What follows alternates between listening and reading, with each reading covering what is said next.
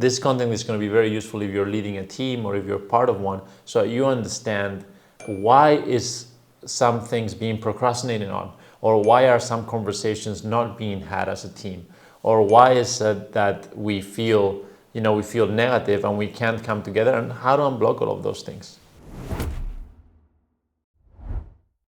Hey guys! Hey. Today we're super excited to talk to you about how to transform the problems that nobody wants to talk about into real competitive advantage for you, into the solutions that will bring your team forward. We call this the way of strength because it typically applies when you've got a team together or a group of people and you just want to become stronger together. The reason is that normally, why would you gather people together? Because there is something that individually people can't overcome, and that's where you need a team. Teams only form when there are challenges or problems that are bigger than the sum of their parts, And so the team forms, and team needs to now strengthen and get to a position of strength that problem becomes something easy. There are a lot of little team dynamics at play that now we encounter that we didn't have when it was just us working by ourselves. And so this content is going to be very useful if you're leading a team or if you're part of one, so you understand why is some things being procrastinated on, or why are some conversations not being had as a team, or why is it that we feel negative and we can't come together, and how to unblock all of those things. And if you guys remember, in the previous video we talked about how to work with one other person, right? So we're building off of that. But if you're at the stage where you're just with one other person, you might want to check that out. Or if you're still working by yourself as an individual, we've got a video for that as well. This is more around, like Jesus said, being part of a team, or if you're leading a team. So just a little deep dive into the dynamic that is happening in a team. As I said, the team gathers when there's a challenge or a problem that's bigger than the individual people that they can't solve.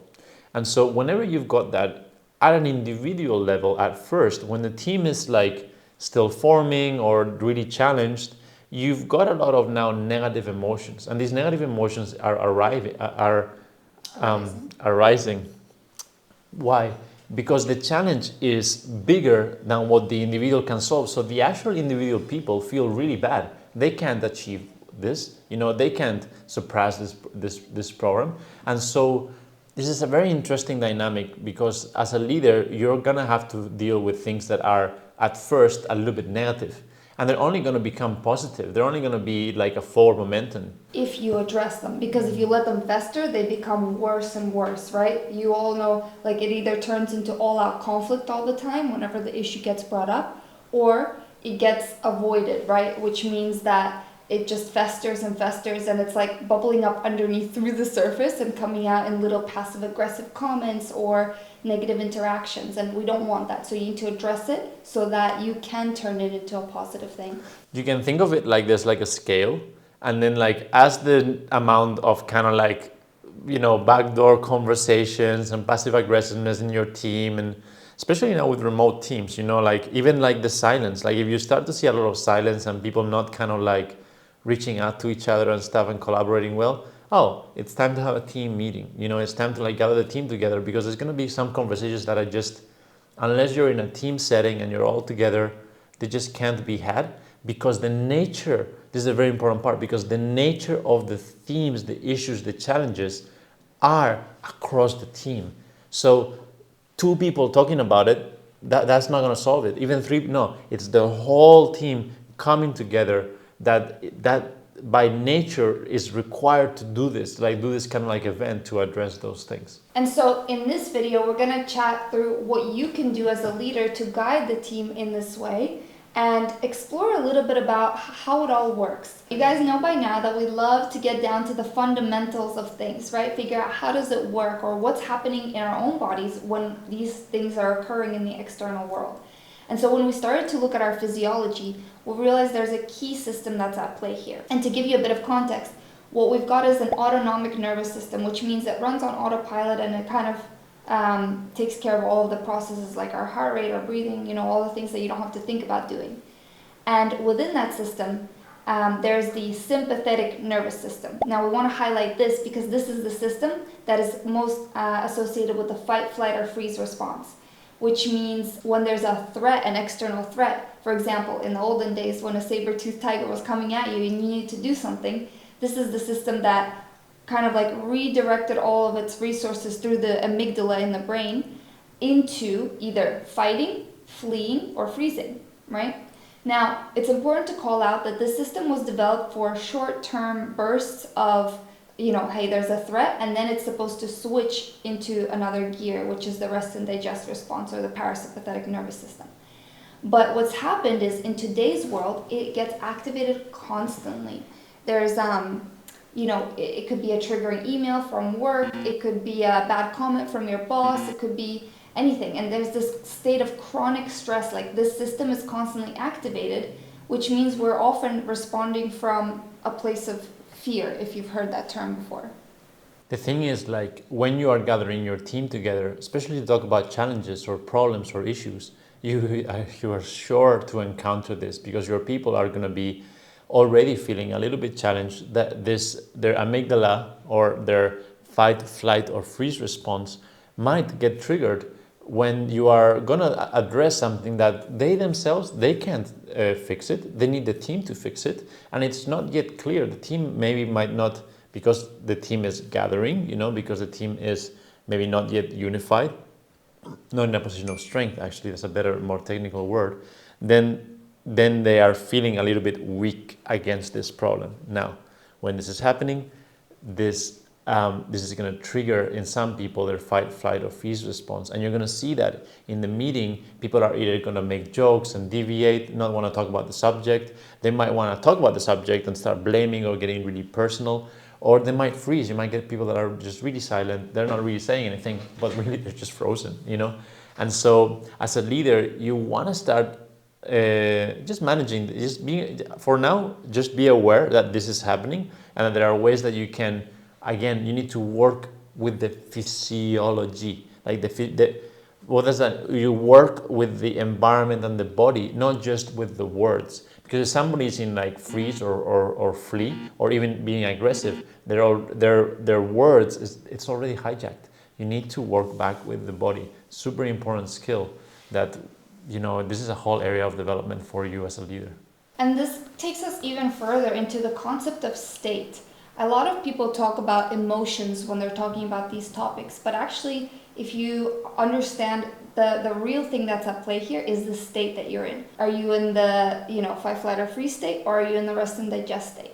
And then there's even more complexity with it. Yeah, there's a really cool psychiatrist that we've been studying called David R. Hawkins, and he mapped out a whole bunch of actual states in each. The important thing to get from his work is that in each state you have a little bit more control over your body and the emotions, and you are able to redirect, for example, anger into maybe compassion, which is a higher level emotion, much more easier depending on the state. And it's an advanced sort of concept, because we're used to only thinking about emotions, but emotions are actually, like Anastasia was saying, it's almost like too late. Once you're trapped in an emotion, now it's with you, it's feeling it. As a leader, you want to concentrate in creating a certain state, and things like the environment and people's free will and choices are very important in creating that state. But there's techniques in order to induce certain states that are very important when you gather your team to master. So I want to share with you guys a little bit of a story of how we stumbled on this. This is fun. Many years ago, Jesus and I were moving into a friend's house for a little bit, a friend's apartment, and so we had to put all of our stuff in a room, and the room wasn't very big, right? So we had a bed, we had the closet, and then we had I don't know why we had this awkwardly shaped piece of furniture. Strange table. It was this very long and narrow desk that we had. And it was actually really good for that space later. But at first, we could not agree on where we were going to put it. Because in that room, there was like one patch of wall that was free. And that's the patch of wall that got a bit of sunlight. It was a very nice, good vibes. And so I really wanted to do my yoga there in the morning. So I wanted to have the space free so I could roll my mat out. And Jesus really wanted to put the desk there because he would work from home sometimes. And so he wanted that comfortable space to do it. And we just could not agree. We just kept going back and forth, fighting a lot. You know, we were in the fight activation of our sympathetic nervous system. You can picture this dynamic. So there is two opposing thoughts or ideas. You know, the table could either go in one place or another, and people are just not agreeing. And this is very typical, right? You get your team together, and there's seemingly just disagreement. There's just options that not everybody is squaring with them, you know? So this is a very typical scenario. And so we were fighting, and it got to the point, you know, when you're fighting so much that you actually get exhausted from the fighting. It got to that. And, you know, I was just like, you know what? I'm gonna let go. If he wants to put the desk there, fine. So be it. I don't really care where the desk goes. If there's a desk, I let go. And for me too, I also like, let's just say, let go. And so what is happening is when we are letting go, when we are so tired, we've been arguing, and then we sort of say like, well, you know, it's not worth it anymore. We're just gonna like let go. Now it's an opportunity for the parasympathetic nervous system to activate. And this is when you go back to resting and digesting. It's like the amygdala kind of like, you know, stops redirecting all of the resources there and lets you know, the brain and the oxygen and all of the things flow and come back online. And this gives you an opportunity to change state. For example, I remember what happened to me is I looked at Anastasia and you know, as you know, we're partners, and I looked at her and I thought, well, I mean, I really love her. I don't love the table as much as I love her. So that means I changed to a state of love. This is very important because I was in a state of more like, let's just say greed, where I wanted things in my own way. So I changed to a higher state. And this process is something that you can manage with your team, where, you know, like when there is conflict, there's going to be a point where people are going to need to let go and then change state, you know. But as a leader, you can really design this so that it's happening faster, because it's not always guaranteed that people can do that quickly, you know, like within a workshop or a team meeting kind of scenario. And then the coolest thing happened. When we had both let go, right, and we're just sitting there, we don't even talk about it anymore because there's nothing to do. But in just a minute or two, we hear a knock on the door. And it's our friend coming in and saying, hey, I heard you guys were arguing, what's going on? So we kind of, you know, explained the situation, that there's no place for the table and what do we do, blah, blah, blah. And he looks around the room, looks at us, and he's like, Well, he's like, why don't you guys put it here? And where he goes over, we didn't even notice this as a potential spot. But what happened is, kind of like where the bed was, it was a bit away from the wall, and there was a protrusion that was just wide enough for the desk to kind of like slot in halfway behind the bed.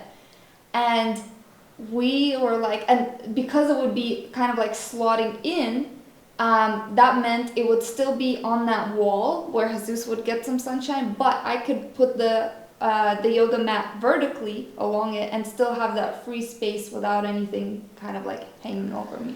the thing is that it was perfect. The table fit perfectly, and I like the solution much better than my one. This is very key. Like I was willing to let go of my thing in order for this one independently. I mean, even if Anastasia wasn't there, I thought it was a better solution, you know, and I think and likewise too for me. And so this is at this point when this happened to us, we were like, you know what? People have it wrong.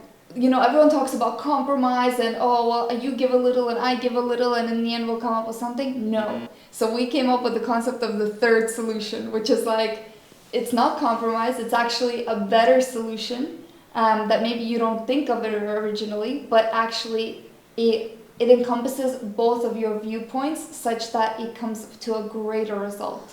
this was so interesting because in theory, in the books, I had been reading about this, but I had never experienced it until this point so clearly, that there is sort of like, for example, in this case, there was my way, there was Anastasia's way, and both were subpar compared to the third solution that ended up appearing after we let go.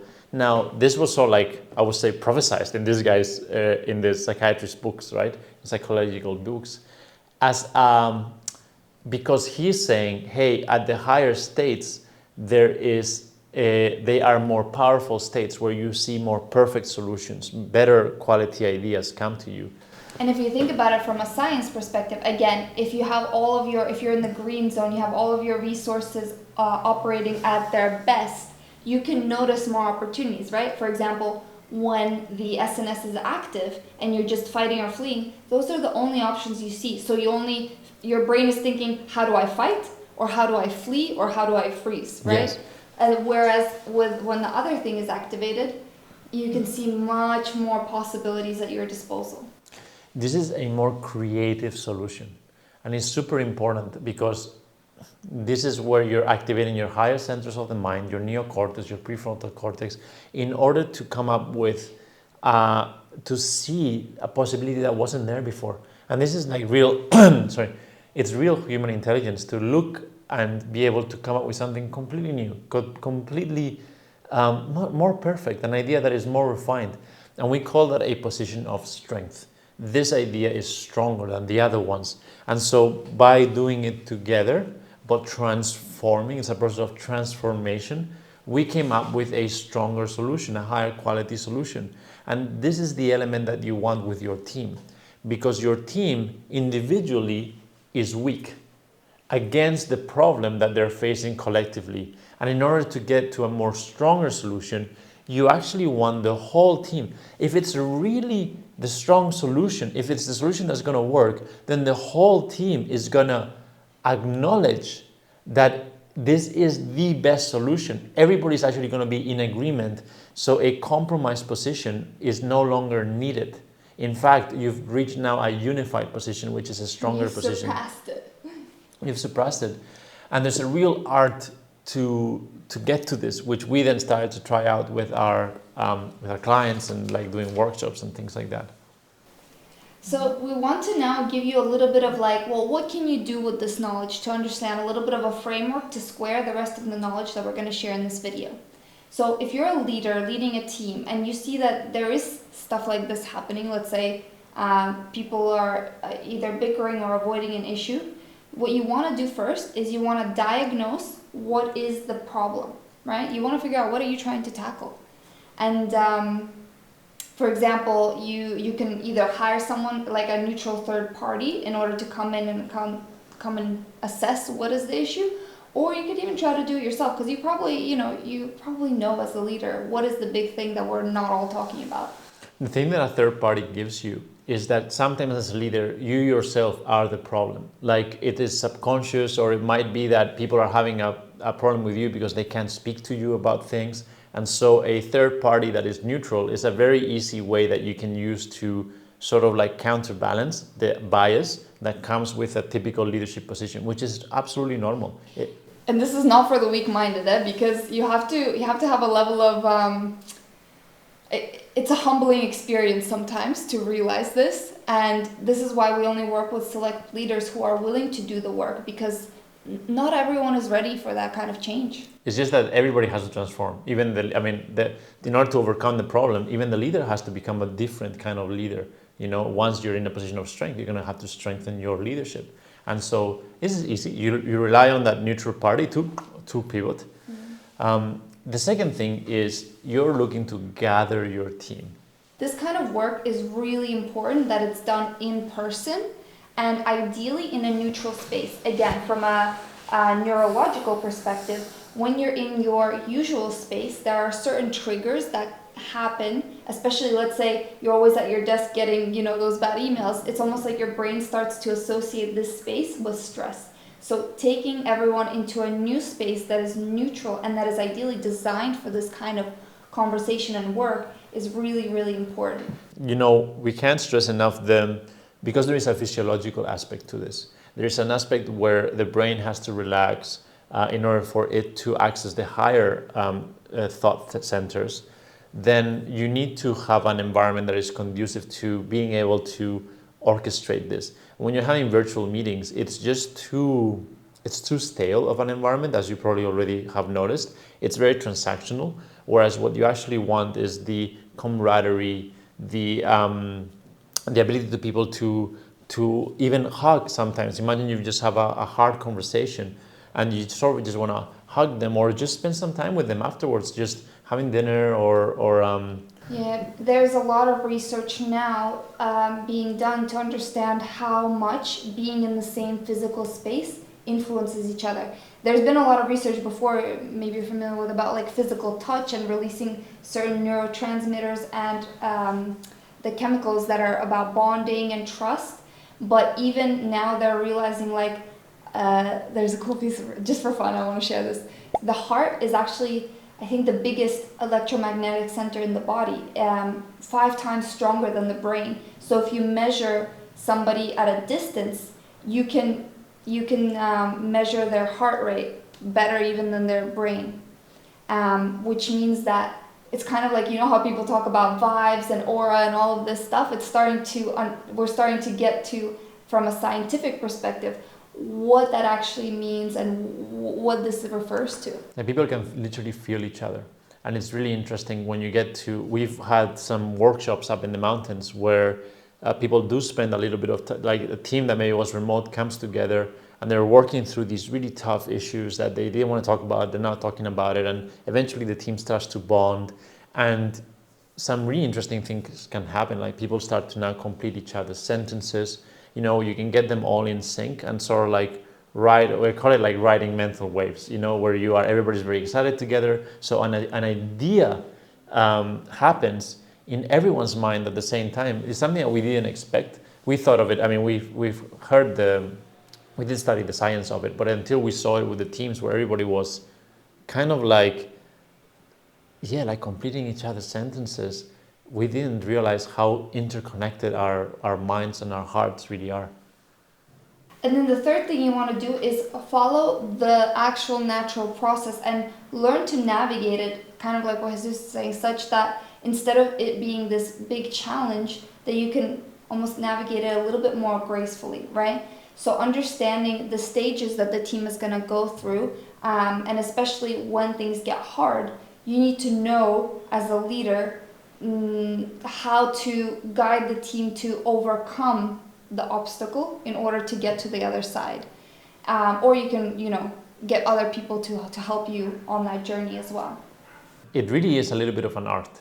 Like, as a leader, to know where your team is at and what the stages are, so that if there is conflict, well, I'm at this stage, it's okay that there's conflict here, and that you actually let it express itself, let the conflict happen, so that you can see the extent to which people are worried about this, or you can see the reality of how they're affected by the problem or the challenge that you're having, and then how to wrap all of that back in and get people back into flow. Flow means that the team is really working together, that the team is like this feeling that they are all navigating and being creative together. This is going to happen once you understand and you've gone through the stages of eliminating the more negative emotions around the problem or challenge. And it's not always easy, right? Because we kind of have this analogy when we're cleaning the house is always messiest before it's clean, right? It's like the night is always darkest before dawn. So you always, when you start this process, at first it looks like things are getting worse and worse and worse. Oh, we're now, full on yelling at each other, or oh, now we have people walking out. But you have to go through it in order to get to the gold on the other side.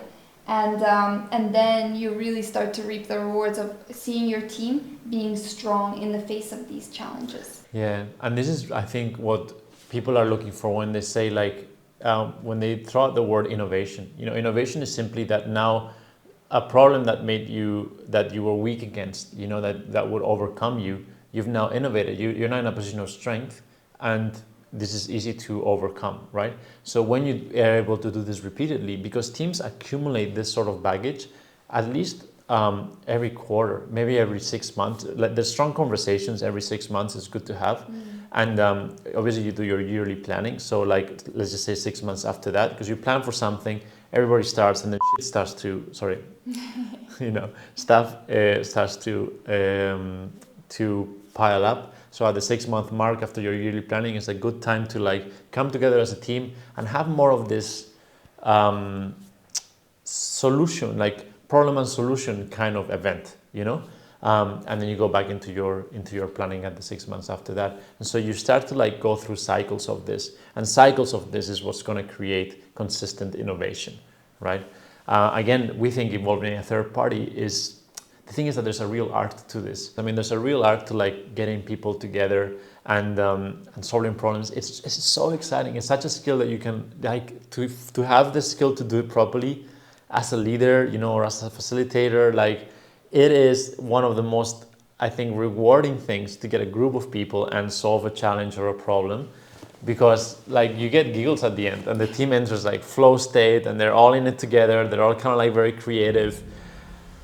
I love it. Every time we do one of these is like a dream come true. And you mentioned this before, but this whole idea of like the team completing each other's sentences is so freaky the first time, but it's actually happened over the like quite a few times now. And the cool thing is when everyone is on board to the point where they're literally saying the same thing, that stuff, whatever that objective is that they all are on board with, happens so almost like magically. It's either very effortless or it happens very quickly, or it brings about such a big advantage for the business that you want to capitalize on these events as much as possible. Yeah, you do.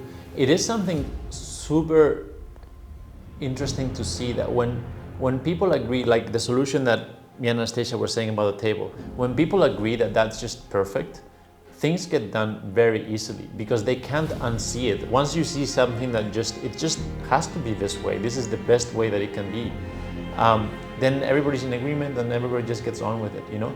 And so if you're experiencing the opposite, where there's a bit of procrastination or the team is not quite gelling, it's just that there's a refinement process to do, and that refinement process will take the form of an event, and you do it very systematically, and then you get to a point where it's now a position of strength and it goes well, you know.